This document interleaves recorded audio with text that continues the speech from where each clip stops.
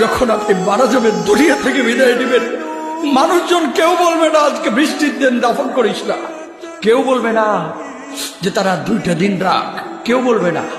কবরের মধ্যে যখন নিয়ে যাওয়া হবে, আপনার স্ত্রীর কথা মনে পড়বে, আপনার সন্তানের কথা মনে পড়বে, আপনার বাবার কথা মনে পড়বে।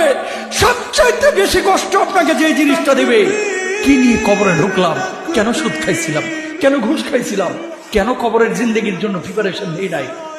দুনিয়ার জিন্দেগিতে একটা মামলায় ফেসে গেলে সুপ্রিম কোর্টে যাওয়া যায়, উচ্চ আদালতে যাওয়া যায়।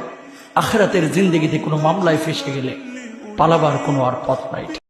চলে যেতে হবে। দালান ঘর, বাড়ি ঘর, টাকা পয়সার জন্য পাগল হয়ে থাকে আমরা, কিন্তু এটা আমার আসল ঘর নয়।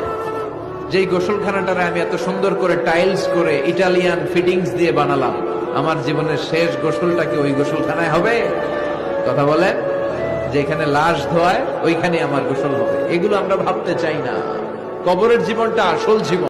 কবর জগতে কোনো রং নাই, কবর জগতে কোনো স্বাদ নাই, কবর জগতে কিচ্ছু নাই, মাটি আর মাটি। হ্যাঁ, যদি আপনি মালিককে খুশি করে যেতে পারেন, অন্ধকারটাও আলোকিত হয়ে যাবে। কষ্ট করার সময় আপনার কবরের চিন্তা আপনি করেন, আমার কবরের চিন্তা আমি করব। আপনি আমাকে বেশি থেকে বেশি উৎসাহ দিন।